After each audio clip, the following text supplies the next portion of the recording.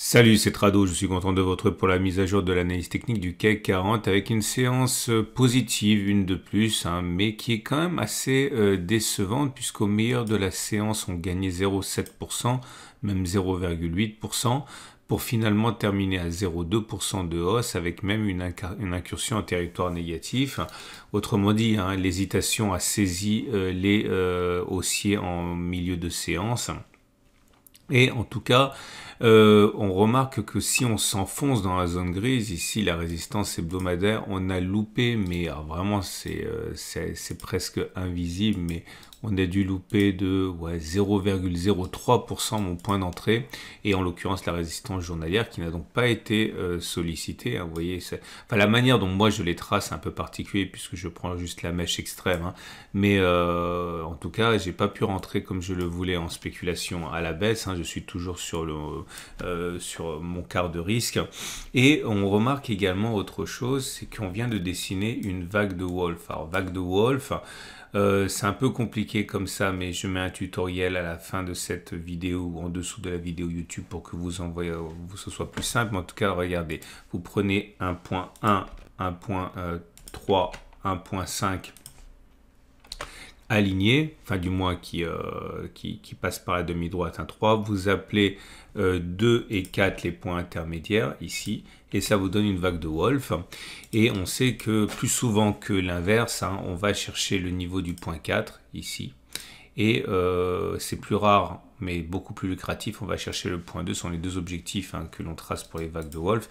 Donc si on tient compte de ce qui vient de se passer, il est possible que à partir de maintenant, on aille chercher le point 4 pour aller respecter la vague de Wolf avant, et c'est mon pari, hein, depuis maintenant des mois, que l'on aille casser la zone de résistance avant éventuellement, hein, d'avoir une nouvelle attaque baissière, une bonne. Alors, encore une fois, surtout, ne pariez pas sur la réalisation de mon scénario, c'est un scénario de travail, c'est tout, c'est pas parce que je vois les choses comme ça qu'elles vont se passer comme ça, mais c'est en tout cas comme ça que j'ai construit mon trade, hein, donc vraiment à prendre avec des pincettes ce que je dis, hein.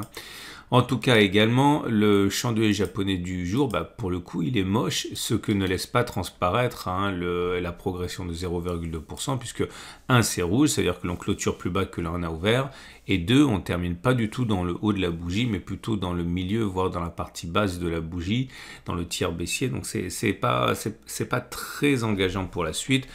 Les bougies Aiki-Nashi, comme elle tient compte de la bougie précédente, eh bien c'est une belle bougie puisqu'elle est haussière, elle n'a pas de mèche basse, hein.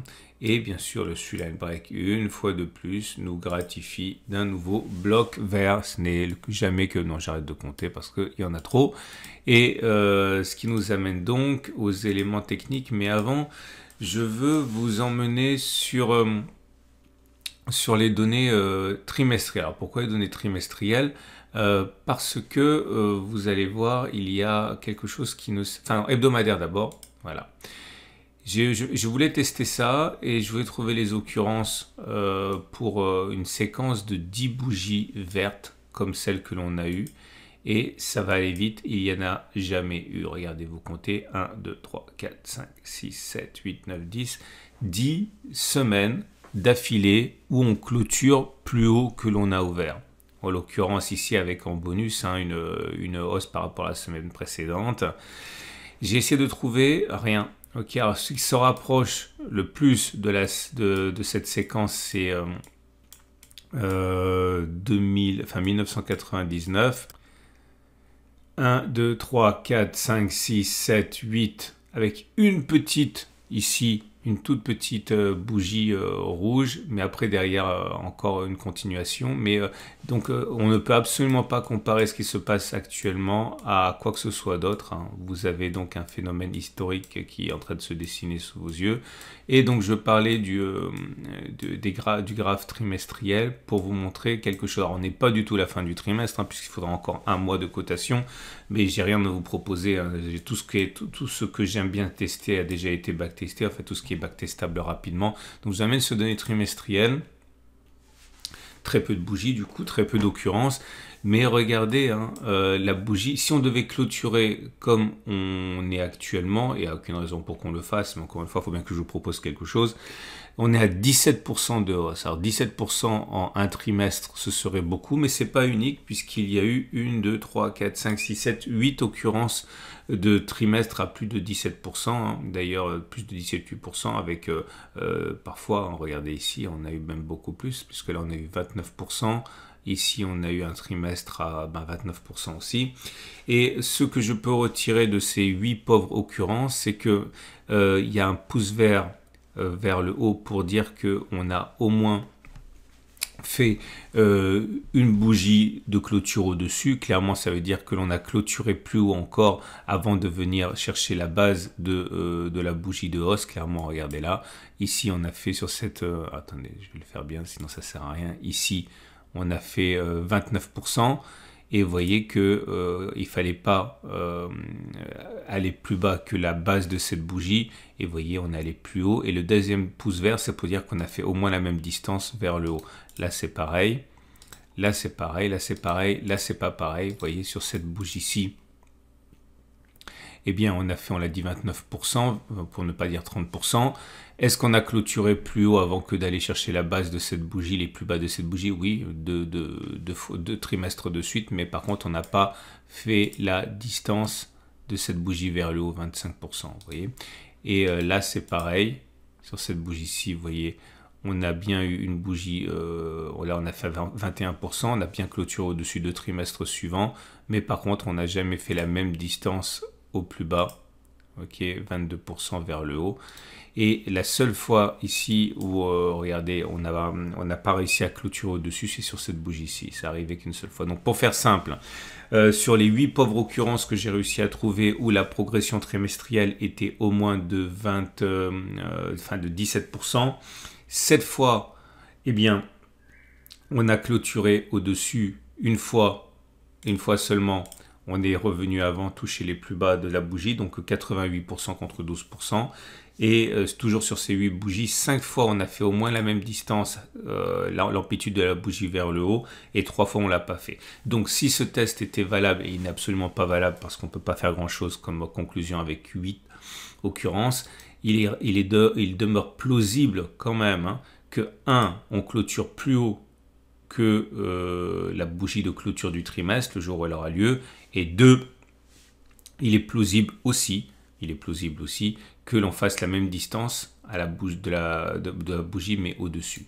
À prendre avec énormément de pincettes, encore une fois, mais je suis désolé, je dois bien vous proposer quelque chose, vu que j'ai plus rien à tester qui soit compatible avec ce format.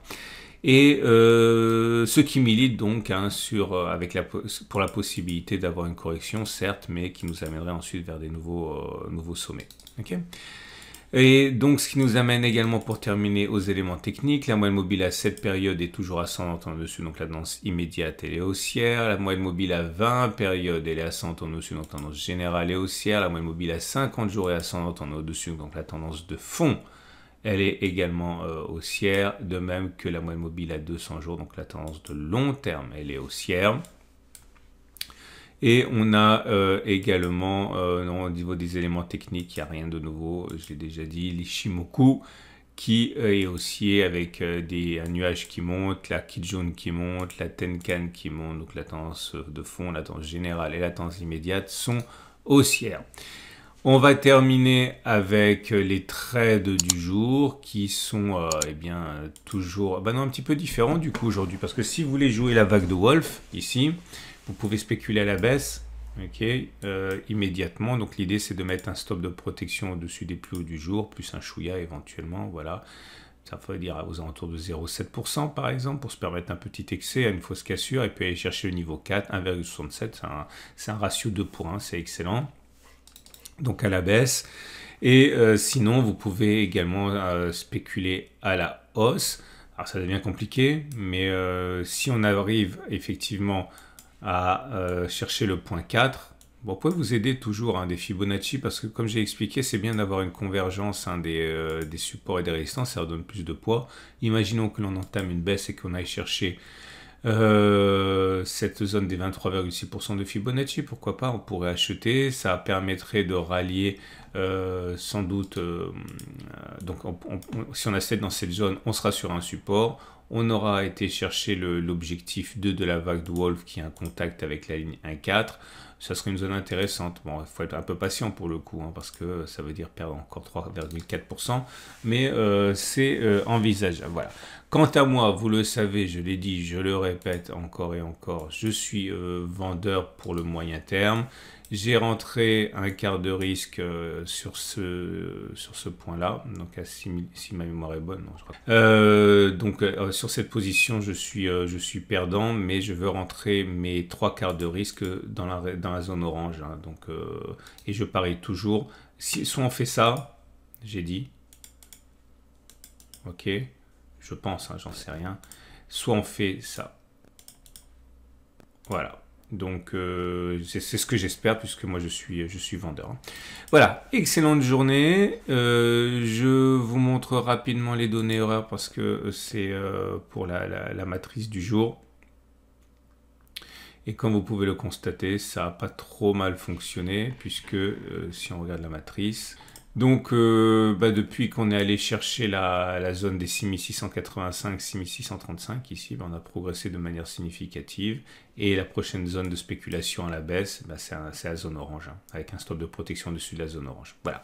Excellente journée. Et si vous voulez découvrir le trading de court terme avec les Turbo 24 ou les CFD à risque limité, vous avez un lien juste là par transparence pour découvrir ça. À demain pour plein de vidéos.